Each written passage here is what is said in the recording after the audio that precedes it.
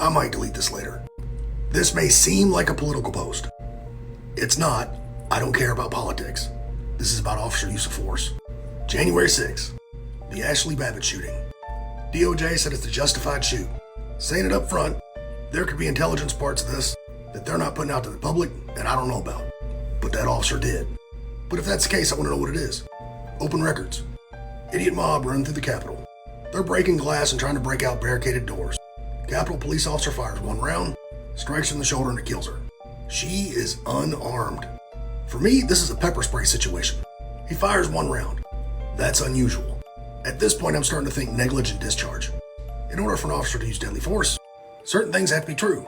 The officer has to interpret the situation as a risk of death or serious physical injury to himself or another person. It has to be specific. You can't just go shooting in a crowd, because the crowd's mean, imminent. Somebody fixing to die right now, and you have to act. So a guy standing next to you with a machete, that's a problem. But if he's 30 yards away, we're not imminent yet. And that happens all the time with suicidal suspects. How officers are judged on these is how that officer perceives the facts at the time and how a reasonable trained officer would respond, not the facts as they are when it's all over and done with. It's not a dwelling, so there is no castle law.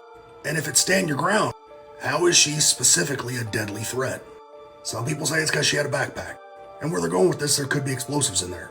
And you can't guess, you gotta know. Otherwise, a lot of people getting shot up at protests. So did they have intelligence they're not releasing? Because the case is closed. This is an open records case.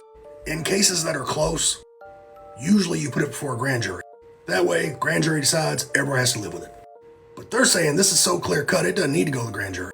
And I'm saying, as a reasonable trained officer, as the facts that I know them right now, they don't add up. And you know, as a cop, I want that officer to be justified. But it's gotta make sense. And like I said, there could be some key fact I'm missing. But Twitter got all stirred up when I started asking questions. It'll probably make me more mad I made this video. I brought my spoon because I'm gonna stir it up. Her estate just settled that case for $5 million. This case still doesn't sit right with me. My guess is still negligent discharge. With modern firearms, when's the last time you saw a police officer shoot somebody once? And then there's this in the officer's past. It can happen. Shortly after January 6th, he's issued a department shotgun, fails a qualification.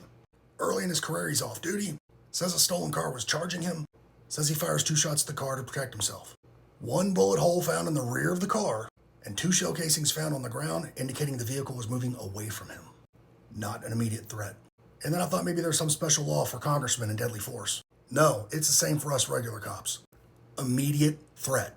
He's cleared for potentially and possibly, not imminent threat, and then they promote him to captain. As a law enforcement officer, this doesn't add up. Sounds more like politics.